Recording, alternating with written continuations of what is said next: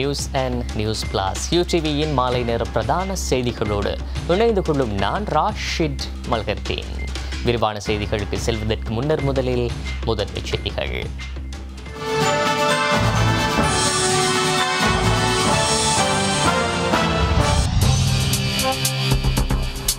நாட்டில் அரசியல் குழப்ப நிலை ஏற்படாமல் இருந்திருந்தால் நாட்டின் பாரிய கடன் சுமை குறைந்திருக்கும், பிரதமர் தெரிவிப்பு.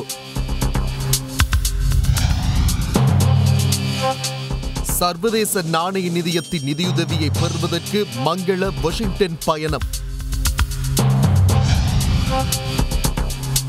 பசுமை பூமி வேலை திட்டத்தினூடாக மலேக தோட்ட தொழிலாளர்களுக்கு 105 தனி வீடுகள் கையளிப்பு.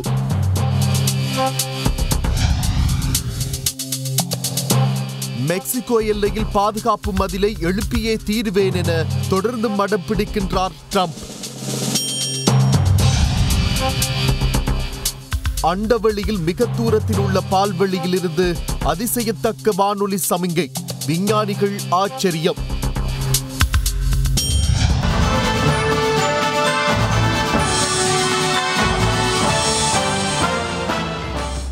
அவை தலைப்புச் செய்திகள். இனி விரிவான செய்திகள்.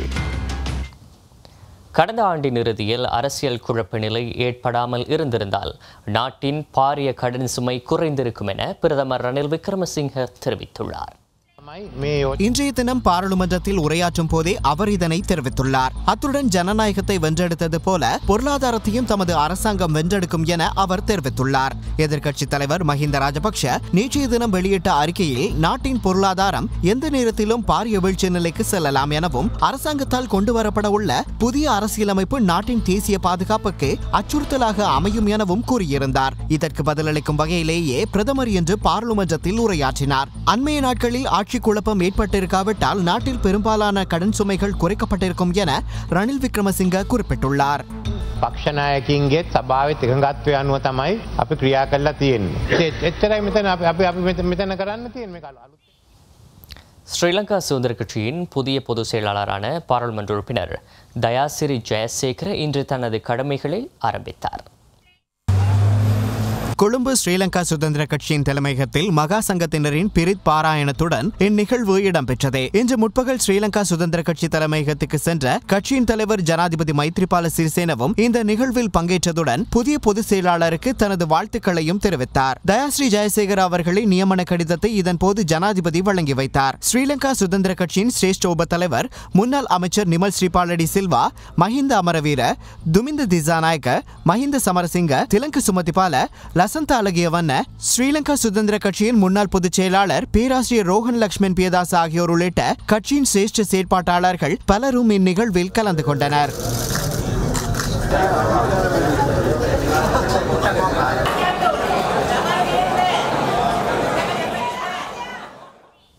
இலங்கையின் வெளிநாட்டு கையிருப்புகளை ஊக்குவிப்பதற்காக 400 மில்லியன் நிதியுதவியினை வழங்க இந்திய மத்திய வங்கி தீர்மானித்துள்ளது. இது இலங்கையின் பொருளாதார வளர்ச்சிக்கு மேலும் வலுவூட்டும் என எதிர்பார்க்கப்படுகின்றது. இதற்கமைய மேலும் பில்லியன் கணக்கிலான நிதியினை பெற்றுக்கொள்ள இரு நாடுகளுக்கும் இடையிலான ஆரம்பகட்ட பேச்சுவார்த்தைகள் இடம்பெற்று வருகின்றன. மிக விரைவான மற்றும் சரியான நேரத்தில் கிடைக்கும் இந்த உதவியானது முதலீட்டாளர் நம்பிக்கையை மேம்படுத்த உதவும். இலங்கையை ஆதரிப்பதன் மூலம் வெளிநாட்டு நாணயங்களை போதுமான அளவிற்கு பராமரிக்கவும், இறக்குமதிகள், கடனீட்டு சேவை தொடர்பான அறிவுறுத்தல்கள் மற்றும் நாணயத்திற்கு தேவையான ஆதரவு வழங்குதல் தொடர்பிலான விடயங்கள் என்பனவும் இந்த உதவி திட்டத்தில் அடங்கும். நிதி மற்றும் ஊடகத்துறை அமைச்சர் மங்கள சமரவீர நாளைய தினம் அமெரிக்காவின் வாஷிங்டன் நோக்கி பயணமாக உள்ளார். அமைச்சர் மங்கள சமரவீர சர்வதேச நாணய நிதியத்தின் முகாமைத்துவ பணிப்பாளர், பிரதி முகாமைத்துவ பணிப்பாளர் உட்பட சர்வதேச நாணய நிதியத்தில் உள்ள இலங்கை பிரதிநிதிகளையும் சந்தித்து பேச்சுவார்த்தை நடத்த உள்ளார். கடந்த ஆண்டு எட்டப்பட்ட அரசியல் நெருக்கடியை தொடர்ந்து சர்வதேச நாணய நிதியம் இலங்கைக்கான நிதி ஒதுக்குதலை தற்காலிகமாக இடைநிறுத்தியிருந்தது. இந்நிலையில் இது பற்றிய பேச்சுவார்த்தைகளை நடத்தி அந்த நிதியை பெற்றுக்கொள்ளும் நோக்கிலேயே அமைச்சர் மங்கள சமரவீர உட்பட ஒரு குழு அமெரிக்கா செல்ல உள்ளது. அக்குழுவில் அமைச்சர் மங்கள சமரவீர, மத்திய வங்கியின் ஆளுநர் இந்திரஜித் குமாரசுவாமி மற்றும் திரைசேரி பிரதிநிதிகளும் செல்ல உள்ளனர். இரணைமடு குளத்தின் முகாமைத்துவம் தொடர்பில் விசாரணை செய்ய புதிய விசாரணை குழுவை வடக்கு மாகாண ஆளுநர் கலாநிதி சுரேன் ராகவன் நியமித்துள்ளார். கிளிநொச்சியில் வெள்ளத்தால் ஏற்பட்ட பாதிப்பின் பின்னர் ஏற்பட்டுள்ள சவால்கள் மற்றும் கள நிலைமைகள் தொடர்பில் இன்று வடமாகாண ஆளுநர் கிளிநொச்சியில் விசேட கலந்துரையாடல் ஒன்றை ஏற்பாடு செய்திருந்தார். இந்த கலந்துரையாடலில் வடமாகாண ஆளுநர், ஆளுநரின் செயலாளர் இளங்கோவன், கிளிநொச்சி மாவட்ட அரசாங்க அதிபர் சுந்தரம் அருமை நாயகம், மேலதிக அரசாங்க அதிபர், பிரதேச செயலாளர்கள் மற்றும் திணைக்களம் சார் அதிகாரிகள் உள்ளிட்ட பலர் கலந்து கொண்டனர்.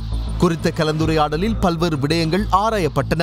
இதன்போது இரணைமடு குளத்தில் ஏற்பட்ட சிக்கல்கள் தொடர்பில் ஆராய விசேட குழு நியமிக்கப்பட்டதாகவும், வெள்ள அபாயம் மற்றும் குளத்தின் முகாமைத்துவம் தொடர்பிலும் விசாரணை செய்ய புதிய விசாரணை குழு நியமிக்கப்பட்டுள்ளதாகவும் தெரிவிக்கப்பட்டது. இதற்காக ஓய்வு பெற்ற பொறியியலாளர் ரகுநாதன், நியாப் திட்டத்தில் பணியாற்றிய இந்திரசேன மற்றும் ஆளுநரின் சிபாரிசுக்கு அமைய மொரட்டுவ பல்கலைக்கழக பொறியியலாளர் ஒருவருமாக மூவர் கொண்ட குழு நியமிக்கப்பட்டுள்ளது. இக்குழுவினர் இரணைமடு விசாரணை அறிக்கையை 2 வாரங்களுக்குள் சமர்ப்பிக்க வேண்டும் எனவும் கோரப்பட்டுள்ளது. பசுமை பூமி வேலை திட்டத்தினூடாக மலையக தோட்ட தொழிலாளர்களுக்கு அமைக்கப்பட்ட 105 தனி வீடுகள் வைபவ ரீதியாக மக்களிடம் இன்று ஒப்படைக்கப்பட்டுள்ளது.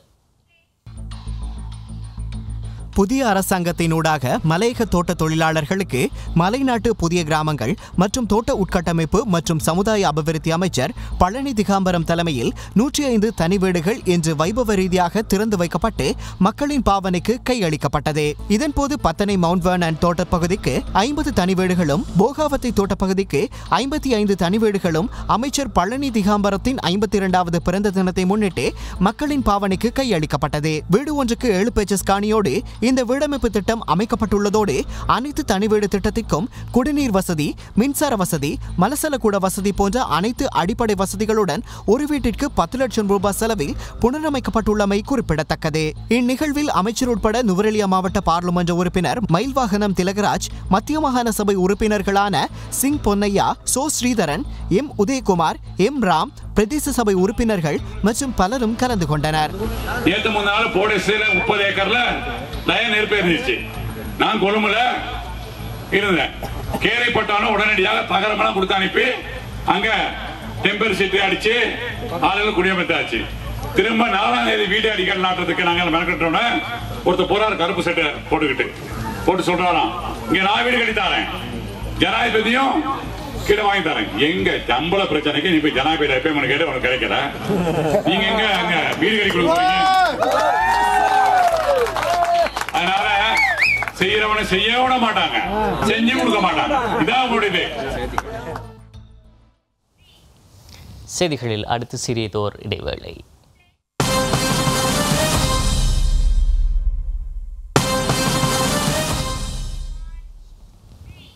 செய்திகள் தொடர்கின்றன.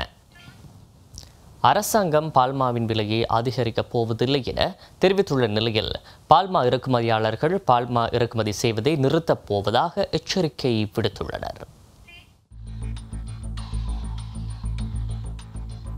கடுமையான செலவீனம் காரணமாக இலங்கையின் பல முன்னணி பால்மா இறக்குமதியாளர்கள் இறக்குமதியை இடைநிறுத்துவதற்கு கூட்டாக தீர்மானித்திருப்பதாக சில தகவல்கள் வெளியாகியுள்ளன. இறக்குமதியை நிறுத்துவதுடன் தற்போதைய கையிருப்பை விற்பனை செய்வதையும் நிறுத்துவதை தவிர கம்பெனிகளுக்கு வேறு மார்க்கம் இல்லை என்று இறக்குமதியாளர்கள் தெரிவிக்கின்றனர். பால்மா பாக்கெட்டுகளின் விலைகளை அதிகரிக்க அரசாங்கம் அனுமதி அளிக்காவிட்டால் விரைவில் பால்மாவுக்கு தட்டுப்பாடு ஒன்று ஏற்படும் என்றும் பால்மா கம்பெனிகளின் தலைவர்கள் கடந்த வார இறுதியில் ஊடகங்களுக்கு தெரிவித்திருந்தார். இந்த கம்பெனிகளுக்கு மாதாந்தம் 3 தொடக்கம் 4 கோடி ரூபாய் இழப்பு ஏற்படுகிறது. துறைமுகத்தில் இருக்கும் பால்மா கையிருப்பை விடுவிக்காமல் இருக்கவும் பால்மாவின் விலையை 100 ரூபாவால் அதிகரிக்க அரசாங்கம் அனுமதி அளிக்காத பட்சத்தில் புதிய இறக்குமதிக்கான கோரிக்கைகளை விடுக்காதிருக்கவும் கம்பெனிகள் நிர்பந்திக்கப்பட்டிருப்பதாக அவர்கள் எச்சரிக்கை விடுத்திருக்கின்றனர். இலங்கை நாணயத்தின் பெறுமதி தொடர்ந்து வீழ்ச்சி கண்டு வருகிறது. அமெரிக்க டாலருக்கு நிகரான இலங்கை நாணயத்தின் பெறுமதி 184 ரூபாவாக இருக்கும் நிலையில் பலவிதமான வரிகள் உள்ளடங்கலாக பால்மா இறக்குமதிக்கான செலவு கடுமையாக அதிகரித்துள்ளது. அத்துடன் உலக சந்தையில் பால்மா விலை இப்போது உயர்ந்த மட்டத்தில் இருக்கிறது. ஆனால் பால் அத்தியாவசிய உணவு என்பதால் ஒரு சில வருடங்களுக்கு முன்னர் அரசாங்கம் பால்மாவுக்கான தீர்வையை கிலோவுக்கு 2 ரூபாவாக மாத்திரமே அறவிட்டது. உலக சந்தையில் ஒரு மெட்ரிக் டன் பால்மாவுக்கான விலை இப்போது 3250 ரூபாய் தொடக்கம் 3350 அமெரிக்க டாலர்களாக இருக்கிறது. இது 3400 தொடக்கம் 3500 டாலர்களாக அதிகரிக்கக்கூடும். இத்தகைய பின்புலத்தில் இறக்குமதி செலவுகளை சமாளிப்பதற்கு வசதியாக 1 கிலோ பால்மாவின் விலையை 100 ரூபாவால் அதிகரிக்க தங்களை அனுமதிக்குமாறு பால்மா கம்பெனிகள் பாவனையாளர் விவகார அதிகார சபையையும் வாழ்க்கை செலவு கமிட்டியையும் கேட்டுக்கொண்டிருந்தன. பால்மா மீதான விலை கட்டுப்பாட்டையும் பெறுமதி சேர் வரியையும் நீக்குவதே இந்த பிரச்சினைக்கு ஒரே தீர்வு என்றும் கம்பெனிகள் யோசனைகளை முன்வைத்துள்ளன. ஜெனீவாவில் இடம்பெறும் மனித உரிமை பேரவையின் கூட்டத்தொடரில் மார்ச் மாதம் 20ஆம் தேதி இலங்கை குறித்த விவாதத்துக்கு எடுத்துக் கொள்ளப்படவுள்ளது. எதிர்வரும் பிப்ரவரி மாதம் 25ஆம் தேதி ஜெனீவாவில் ஆரம்பமாக உள்ள ஐக்கிய நாடுகள் மனித உரிமை பேரவையின் கூட்டத்தொடர் மார்ச் 22ஆம் தேதி வரை இடம்பெற உள்ளது. இந்நிலையில் மார்ச் 20வது நாள் இடம்பெறும் 40வது கூட்டத்தொடரில் இலங்கை குறித்த விவாதத்திற்கு எடுத்துக் கொள்ளப்பட உள்ளது. இதில் இலங்கை தொடர்பில் 3 அறிக்கைகள் முன்வைக்கப்பட உள்ளதோடு 2 விவாதங்களும் இடம்பெற உள்ளன. கடந்த 4 ஆண்டுகளில் நல்லிணக்கம் மற்றும் பொறுப்பு குரலில் என்ன செய்தோம் என்பதை விளக்கும் வகையில் இலங்கை அரசாங்கம் சார்பில் அறிக்கையொன்றும் முன்வைக்கப்பட உள்ளது. இம்முறை இலங்கை சார்பில் சிவில் அமைப்புகளின் பிரதிநிதிகளும் பாதிக்கப்பட்ட மக்கள் சார்பில் பிரதிநிதிகளும் அரசு தரப்பு மற்றும் சர்வதேச பிரதிநிதிகளும் இந்த கூட்டத்தொடரில் பங்கேற்க உள்ளமை குறிப்பிடத்தக்கது. இலங்கையில் தற்போது வரை அறியப்படாத விசர் நாய்க்கடி தொற்று நோய் தற்போது 2 நாய்களிடம் அடையாளம் காணப்பட்டுள்ளதாக தெரிவிக்கப்படுகிறது. இந்த நோய் தற்போது முல்லைத்தீவு மற்றும் பலாங்குடை பகுதிகளிலிருந்து மருத்துவத்திற்காக கொண்டுவரப்பட்ட நாய்களிடம் அடையாளம் காணப்பட்டுள்ளதாக பேராதனை பல்கலைக்கழகத்தின் மிருக வைத்திய பீடத்தின் பேராசிரியர் அசோக தங்கல்ல தெரிவித்துள்ளார். ட்ரிப்பனசோமா எனப்படும் இந்த விசர் நாய்க்கடி தொற்று நோயானது ஆப்பிரிக்கா நாடுகளில் உள்ள தொற்று நோயாகும். குறித்த நாய்களின் 2 கண்களும் வெள்ளை நிறமாக காணப்படுவதுடன் உடல் மெலிந்து காணப்படுவதாகவும் அவர் தெரிவித்துள்ளார். இந்த நிலையில் குறித்த நோய் மனிதர்களுக்கு பரவும் அச்சம் உள்ளதாகவும் தெரிவிக்கப்படுகின்றது. எனவே விலங்குகளுக்கு ஏற்படும் நோயிலிருந்து மனிதர்களுக்கு பரவும் நோய்கள் குறித்து மிருக வைத்தியர்கள் அவதானத்துடன் செயற்பட வேண்டும் என பேராதனை பல்கலைக்கழகத்தின் மிருக வைத்திய பீடத்தின் பேராசிரியர் அசோக தங்கால மேலும் தெரிவித்துள்ளார். தென்கிழக்கு பல்கலைக்கழகத்தின் கலை கலாசார பீடத்தின் 7வது சர்வதேச ஆய்வரங்கு இன்று நடைபெற்றது. மனித நேயத்தினூடாக நிலை பெற செய்தல் எனும் தொனிப்பொருளில் இடம்பெற்ற இவ்வாய்வரங்கில் பல ஆய்வாளர்கள், பல்கலைக்கழக பேராசிரியர்கள், விரிவுரையாளர்கள் என பலர் கலந்து கொண்டனர். இவ்வாய்வரங்கின் தவிசாளர் பீடாதிபதி எம்எல் ஃபவுசுல் அமீன் தலைமையில் இடம்பெற்ற இந்நிகழ்வில் பிரதம அதிதியாக பல்கலைக்கழகத்தின் உபவேந்தர் பேராசிரியர் நஜீம் கலந்து கொண்டுள்ளதுடன் சிறப்புரை நிகழ்த்துவதற்காக பேராதனிய பல்கலைக்கழகத்தின் பேராசிரியர் MSM அனஸ் கலந்து கொண்டு சிறப்பித்தார். இவ்வாய்வரங்கின் இணைப்பாளர் கலாநிதி ALM ரியாலினால் சிறப்பாக ஏற்பாடு செய்யப்பட்டிருந்த இந்நிகழ்வில் ஆய்வரங்கின் செயலாளர் CMM மன்சூர் மற்றும் பீடாதிபதிகள், விசேட விரிவுரையாளர்கள், ஆய்வாளர்கள் மற்றும் மாணவர்கள் என பலர் கலந்து கொண்டனர். நாட்டில் இடம்பெற்ற சில முக்கிய நிகழ்வுகளின் தொகுப்பு அடுத்து.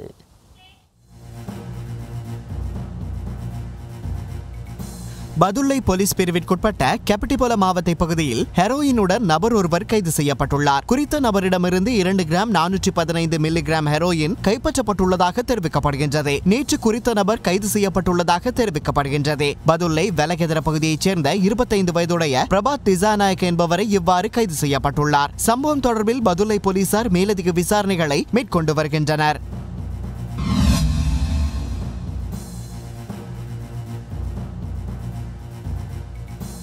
நிலைத்தன்மை விவசாயத்தில் புதுமையும் கண்டுபிடிப்போம் எனும் கருப்பொருளில் 2வது விவசாய ஆராய்ச்சி மாநாடு கிழக்கு பல்கலைக்கழகத்தின் வந்தாறுமுல்லை வளாக நல்லையா மண்டபத்தில் நடைபெற்றது. பொங்கலூர் இந்தியன் தோட்டக்கலை ஆராய்ச்சி மையத்தின் பிரதான விஞ்ஞானி கலாநிதி ஈனா ஸ்ரீனிவாய் ராவ் இதில் பிரதம அதிதியாக கலந்து கொண்டார். ஆராய்ச்சி மாநாட்டில் நாட்டின் பல பாகங்களில் இருந்தும் 28 வெவ்வேறுபட்ட விவசாயம் சார்ந்த ஆய்வு அறிக்கைகள் சமர்ப்பிக்கப்பட்டன. கிழக்கு பல்கலைக்கழக உபவேந்தர் கலாநிதி தானா ஜெயசிங்கம் தலைமையில் நடைபெற்ற ஆராய்ச்சி மாநாட்டில் பிரதி உபவேந்தர் வைத்திய கலாநிதி ஈனா கருணாகரன், விவசாய பீடாதிபதி பீனா சிவராஜா என பலர் கலந்து கொண்டனர்.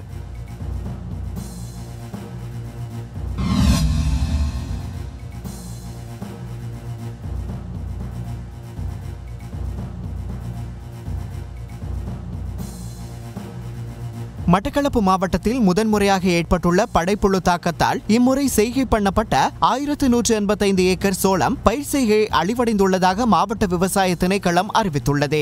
இம்முறை இம்மாவட்டத்தில் 2240 ஏக்கர் நிலப்பரப்பில் சோளம் செய்கை பண்ணப்பட்டுள்ள போதிலும் படைப்புழு தாக்கத்தால் கணிசமான அளவு சோளம் செய்கை அழிவடைந்துள்ளதாக விவசாய திணைக்களம் மேலும் தெரிவித்துள்ளது. மட்டக்களப்பு மாவட்டத்தில் நெற்பயிர் செய்கைக்கு அடுத்ததாக செய்கை பண்ணப்படும் உப உணவு பயிர் செய்கை சோளம் என்பது குறிப்பிடத்தக்கது.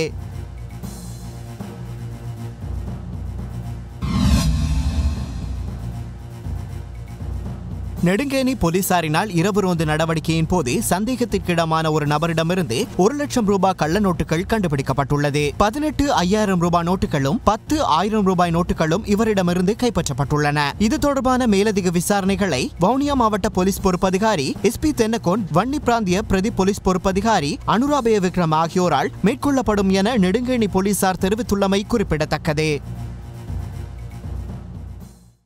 செய்திகளில் அடுத்து சிறியதோர் இடைவேளை.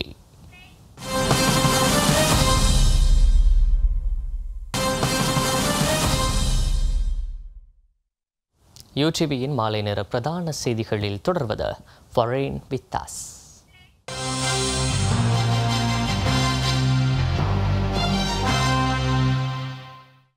அண்டவெளியில் மிக தூரத்தில் உள்ள ஒரு பால்வெளியில் இருந்து அல்லது கேலக்சியிலிருந்து அதிசயத்தக்க வானிலை சமிஞ்ஞைகள் வருவதாக விண்வெளி ஆராய்ச்சி விஞ்ஞானிகள் ஊர்ஜிதம் செய்துள்ளனர். கனடாவில் செயல்படும் அதிசக்தி வாய்ந்த தொலைநோக்கி கருவியில் இந்த அதிசய பால்வெளி வானலை சமிஞ்ஞைகள் பதிவாகியுள்ளன. இந்த அதிசய சமிஞ்ஞைகள் மிக தூரத்தில் உள்ள ஒரு பால்வெளியிலிருந்து வெளிப்படுவதாக விஞ்ஞானிகள் நம்புகின்றனர். விஞ்ஞானிகளை அதிர்ச்சிக்கு உள்ளாக்கி இருக்கும் இந்த வானலை சமிஞ்ஞை சுமார் 150 ஒளியாண்டு தூரத்துக்கு அப்பால் காணப்படும் ஒரு பால்வெளியிலிருந்தே வெளிப்படுவதாக தெரிவிக்கப்பட்டுள்ளது. இந்த ஆகாய வெளியிலிருந்து சுமார் 13 துரித வானொலி வெடிப்புகள் கேட்டன. அதில் ஒன்றே அதிசயிக்கத்தக்கதாக மிக தூரத்திலிருந்து வெளிப்படுகின்றது என பிரிட்டிஷ் கொலம்பியா பல்கலைக்கழகத்தின் அண்டவெளி விஞ்ஞான ஆராய்ச்சியாளர்கள் மேலும் தெரிவித்துள்ளனர். அண்டவெளி என்பது மர்மங்கள் நிறைந்த ஒன்றாக உள்ளது. அதிலிருந்து இவ்வாறான சமிஞ்ஞைகள் கிடைப்பது அண்டவெளி தொடர்பான தமது ஆய்வுக்கு மேலும் உற்சாகம் அளிக்கும் வகையில் அமைந்துள்ளதாக பிரிட்டிஷ் கொலம்பியா பல்கலைக்கழகத்தின் விண்வெளி பௌதிக ஆய்வாளர் இங்கிரிட் ஸ்டேயாஸ் தெரிவித்துள்ளார். அமெரிக்கா மெக்சிகோ எல்லையில் பாதுகாப்பு தடுப்பு மதில் எழுப்பும் விடயத்தில் அமெரிக்க ஜனாதிபதி டொனால்ட் ட்ரம்புக்கும் அமெரிக்க பாராளுமன்ற உறுப்பினர்களுக்கும் இடையிலான இழுபறி நிலை தொடர்ந்து நீடிக்கின்றது. மெக்சிகோ எல்லையில் பாதுகாப்பு மதிலை எழுப்பியே தீர்வேன் என ட்ரம்ப் தொடர்ந்து அடம் பிடிக்கின்றார். அதை நீங்கள் உங்கள் சொந்த பணத்தில் செய்து கொள்ளுங்கள், தேவையில்லாத ஒரு திட்டத்துக்கு அரச நிதியை ஒதுக்கி தர முடியாது என்று ஜனநாயகத்தின் கட்சியின் கட்டுப்பாட்டில் உள்ள காங்கிரஸ் பிடிவாதமாக நிற்கின்றது. ட்ரம்ப் குடியரசுக் கட்சியைச் சேர்ந்தவர். இதனால் அமெரிக்க அரச நிர்வாகம் கடந்த பல தினங்களாக செயலிழந்துள்ளது.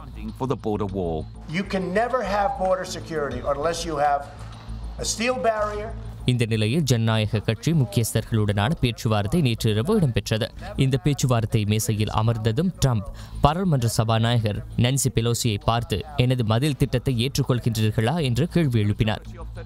இல்லை, அதை செய்ய முடியாது என பெலோசி பதில் வழங்கினார். உடனே ஆத்திரமடைந்த ட்ரம்ப், அப்படியானால் உங்களுடன் பேச எனக்கு எதுவும் இல்லை என்று கூறிவிட்டு கூட்டத்தில் இருந்து வெளியேறி சென்றார். ஜனாதிபதி ட்ரம்ப் மிகவும் ஆத்திரத்தோடு அங்கிருந்து வெளியேறினார் என்று பாராளுமன்ற உறுப்பினர் ஒருவர் ஊடகங்களிடம் கருத்து வெளியிட்டார். பின்னர் தனது ட்விட்டர் பதிவில் ஜனநாயக கட்சியினருடனான பேச்சுவார்த்தை காலத்தை மிகவும் வீணடிக்கும் ஒரு செயலாகவே இருந்தது என்று ட்ரம்ப் பதிவிட்டுள்ளார்.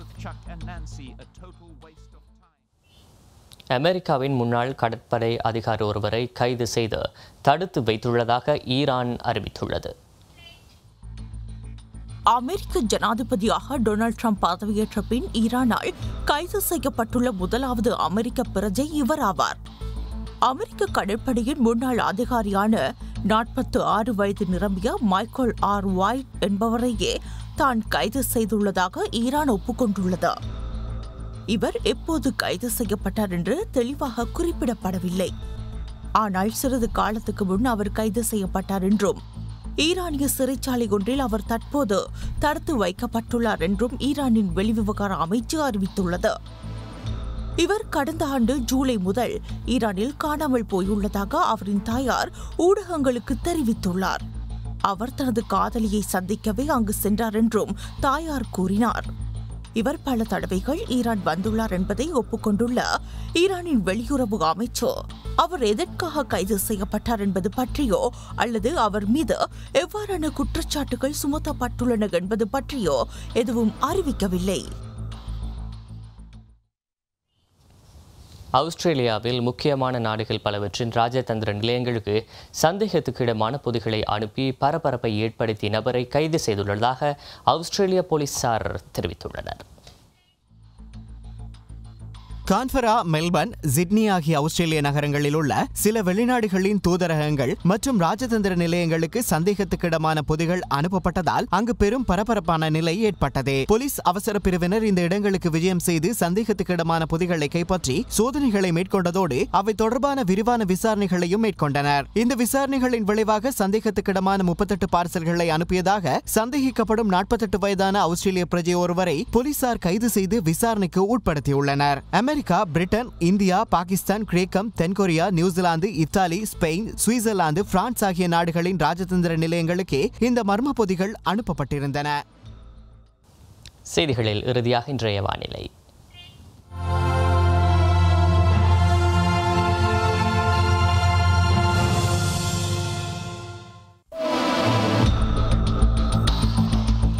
அடுத்த சில நாட்களில் தற்போது காணப்படும் வறட்சியான வானிலையில் சிறிது மாற்றம் ஏற்படும் என எதிர்பார்க்கப்படுகிறது.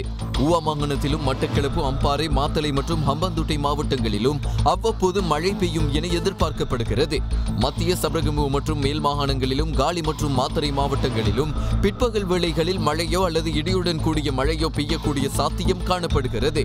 வடமேல் மாகாணத்திலும் முனராகலை, அம்பாறை மற்றும் ஹம்பாந்தோட்டை மாவட்டத்திலும் அவ்வப்போது மணித்தியாலத்துக்கு 40 கிலோமீட்டர் வரை அதிகரித்த வேகத்தில் ஓரளவு பலத்த காற்று வீசக்கூடும் என எதிர்பார்க்கப்படுகிறது. சபரகமுவ மாகாணத்தில் சில இடங்களில் காலை வேளையில் பனிமூட்டமான நிலை எதிர்பார்க்கப்படுகிறது. இடியுடன் கூடிய மழை பெய்யும் வேளைகளில் அப்பிரதேசங்களில் தற்காலிகமாக பலத்த காற்றும் வீசக்கூடும். மின்னல் தாக்கங்களினால் ஏற்படக்கூடிய பாதிப்புகளை குறைத்துக் கொள்ள தேவையான முன்னெச்சரிக்கை நடவடிக்கைகளை எடுத்துக் கொள்ளுமாறு பொதுமக்கள் அறிவுறுத்தப்பட்டுள்ளனர். இந்த அளவில் செய்திகள் நிறைவடைகின்றன. எமது அடுத்த பிரதான செய்தியை நாளை மதியம் 12 மணிக்கு எதிர்பாருங்கள்.